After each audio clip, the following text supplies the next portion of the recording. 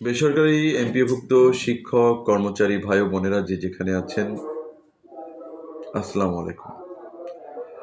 ইদানিং একটা বিষয় দেখা যাচ্ছে যে একটা রিউমার ছড়াচ্ছে যে এমপিওভুক্ত শিক্ষক কর্মচারী পে স্কেলের অন্তর্ভুক্ত হবে না। এই রিউমার ছড়ানো অত্যন্ত দুঃখজনক একটা বিষয়। এমপিওভুক্ত শিক্ষক কর্মচারী বৃন্দ বিগত দিন থেকেই জাতীয় পে স্কেলের অন্তর্গত, কিন্তু কারা এই ধরনের রিউমার ছড়াচ্ছে সেটা আমার কাছে বোধগম্য নয়।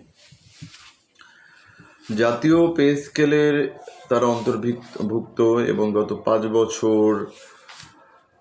বছর পর পর যে স্কেলটা দেওয়ার কথা সেখানে 11 বছর হয়ে গেছে। বহুল প্রতীক্ষিত একটা পে স্কেল পেতে যাচ্ছে সরকারি কর্মকর্তা কর্মচারীদের সাথে এমপিওভুক্ত শিক্ষা প্রতিষ্ঠানের শিক্ষক ও কর্মচারীবৃন্দ এবং সেই সাথে রয়েছে স্বাস্থ্য প্রতিষ্ঠানেরও কর্মচারী বৃন্দ, আধা স্বায়ত্তশাসিত কর্মচারীবৃন্দ। তো এখানে এই যে একটা কথা বলা হচ্ছে গ্রেডিং, আমরা তো সরকারের কাছে গ্রেডিং চাইনি। আমাদের যেটা অ্যাজ ইউজুয়াল, যেটা আমাদের স্বাভাবিকভাবে দেওয়া উচিত সেটাই দেওয়া হোক। তারপরে যদি সরকার অথরিটি কর্তৃপক্ষ মনে করে যে শিক্ষকদের সম্মান আরও বৃদ্ধি করা উচিত, সেক্ষেত্রে তারা গ্রেডিং নিয়ে ভাবতে পারে। কিন্তু এই মোমেন্টে মানে গ্রেডিং এর নামে এমপিওভুক্ত শিক্ষক কর্মচারী বৃন্দ যারা আছেন তাদের বেতন, তাদের যে পে স্কেল নিয়ে যে একটা ধোঁয়াশা তৈরি করা, সেটা একদম কাম্য নয় এবং সেটা আমাদের জন্য সেটা একটা অসম্মানজনক একটা ব্যাপার হয়ে দাঁড়িয়েছে। এই পে স্কেল কার্যকর সরকারি চাকরিজীবীদের সাথে এমপিওভুক্ত শিক্ষক কর্মচারীদের পে স্কেল যদি কার্যকর করা না হয় বা গেজেটেড না হয়, তাহলে একটা শিক্ষার ক্ষেত্রে একটা অরাজকতা তৈরি হবে। এবং এক্ষেত্রে যেটা আমাদের মনে হচ্ছে, আমাদের শিক্ষক সমাজের কাছে যেটা মনে হচ্ছে, একটা কুচক্রী মহল অপপ্রচারে নেমেছে, যারা শিক্ষকদের দমিয়ে রাখতে পছন্দ করে, যারা সরকারের ভাবমূর্তি নষ্ট করছে বা নষ্ট করতে চাচ্ছে, তারা এই কাজটা করছে। কারণ বিগত 2015 সালে এটা দেয়া হয়েছিল, সেখানে কিন্তু এমপিওভুক্ত শিক্ষকদের অন্তর্ভুক্ত করা হয়েছিল এবং তাদেরকে এরিয়া সহ সব কিছু দেওয়া হয়েছিল। কিন্তু এখানে হঠাৎ করে যখন আমরা সারা এ পর্যন্ত যতগুলো আন্দোলনের সাথে এমপিওভুক্ত শিক্ষক কর্মচারীবৃন্দ ছিলেন, তারা অনলাইনে ছিলেন, অফলাইনে ছিলেন, কিন্তু যখন কার্যকর হবে তখন এই মোমেন্ট একটা রিউমার ছড়ান, সেটা অনভিপ্রেত এবং সেটা কোনোভাবেই আমরা অ্যাকসেপ্ট করতে পারছি না। তো বেসরকারি শিক্ষার মানোন্নয়নে যারা সবচেয়ে গুরুত্বপূর্ণ কাজ করছে, যারা সংখ্যাগরিষ্ঠ, তাদেরকে কোনোভাবেই অ্যাভয়েড করে পে স্কেল কার্যকর করা হলে সত্যি একটা দুঃখজনক ব্যাপার ঘটবে। এবং যেটা শিক্ষামন্ত্রী বলেছিলেন যে শিক্ষকদের রাজপথে নামতে হবে না, কিন্তু শিক্ষক মন্ত্রী তার কথার সাথে হয়তো কাজের সেই মিলটা দেখাতে পারবেন না বলে আমরা মনে করি যে কোনো ধরনের যে অনভিপ্রেত বা অনাকাঙ্ক্ষিত ঘটনা না ঘটুক। সরকারি কর্মকর্তাদের সাথে বেসরকারি এমপিওভুক্ত শিক্ষা প্রতিষ্ঠানের কর্মচারী শিক্ষকদের বেতন যেটা পে স্কেলটা কার্যকর করা হোক। এবং সেক্ষেত্রে আমার মনে হয় যে বেসরকারি শিক্ষক কর্মচারী বৃন্দরা অতটা, তারপরেও তাদের মধ্যে একটা বৈষম্য থেকে যাবে। আপনারা জানেন যে বেসরকারি শিক্ষক কর্মচারীবৃন্দ শুধুমাত্র বাড়ি ভাড়াটা বিগত আন্দোলনের মাধ্যমে 15% বৃদ্ধি করেছে, যদিও বাড়ি ভাড়াটা সরকারি নিয়মে 45%, কোনো ক্ষেত্রে সেটা 55%, 60% হয়ে থাকে। তবে এই যে এবং তা আপনারা এখনো জানবেন যে তাদের চিকিৎসা ভাতা সেইটা মাত্র 500 টাকা, এবং বিগত 17 বছর এটা বাড়ানো হয়নি। অন্তর্বর্তীকালীন সরকারের সময় এটা বাড়ানো হয়নি। আমরা আশা করি যে বিএনপি সরকার এই বিষয়ে একটা গুরুত্বপূর্ণ ভূমিকা পালন করবেন এবং এবং শিক্ষার ক্ষেত্রে একটা দারুণ একটা অগ্রগতি সাধিত হবে, এটা আমরা আশা করি এবং আমাদের বিশ্বাস। কারণ বিএনপি সরকারের আমল থেকেই কিন্তু এমপিভুক্ত শিক্ষক কর্মচারী কিন্তু পে স্কেলের অন্তর্ভুক্ত।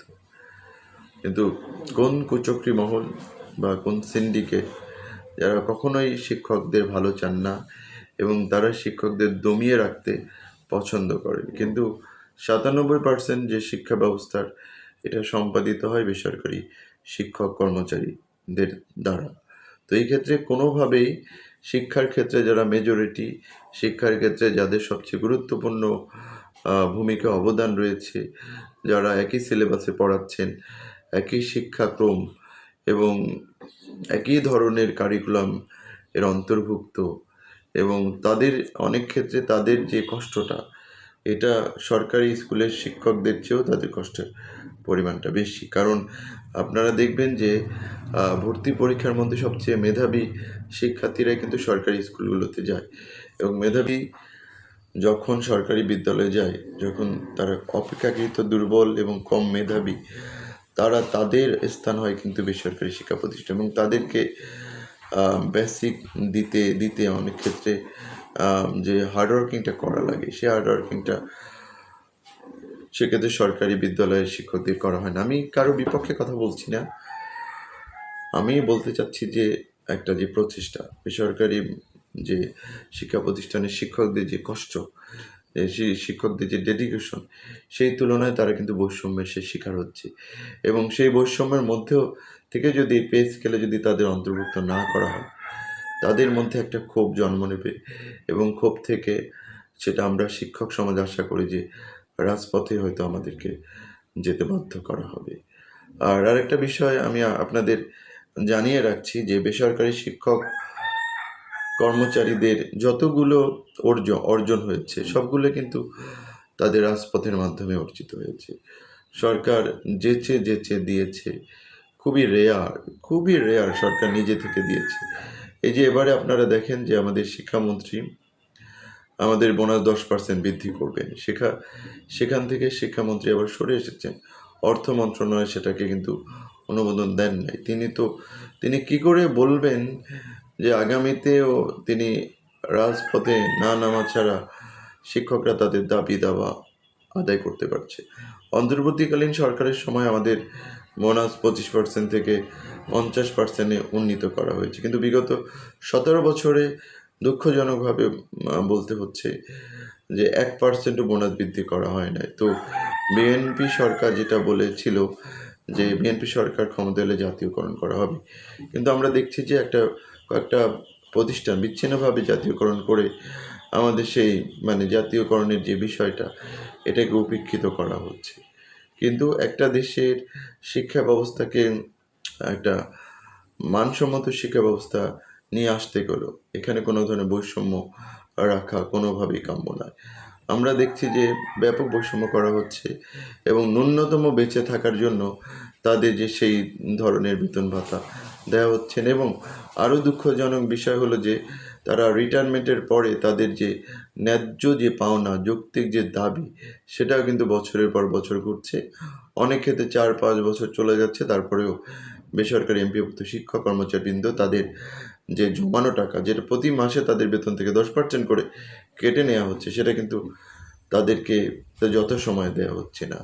তো সকল বৈষম্যের মধ্যেও যদি এখন পে স্কেল নিয়ে যদি আবার একটা একটা একটা হতাশার মধ্যে যদি এমপিভুক্ত শিক্ষক কর্মচারীদের রাখা হয়, সেটা সত্যি একটা শিক্ষার জন্য ভালো হবে না।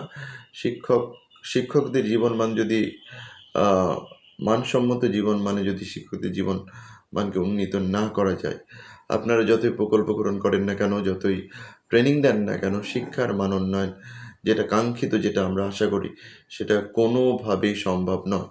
তো বেসরকারি শিক্ষক কর্মচারী ভাই বোনদের উদ্দেশ্যে বলছি, আপনারা আপনাদের দাবি আদায় অবশ্যই সোচ্চার থাকবেন। কোনোভাবেই আমরা আমাদের দাবি আদায় থেকে এক পা আমরা হব না।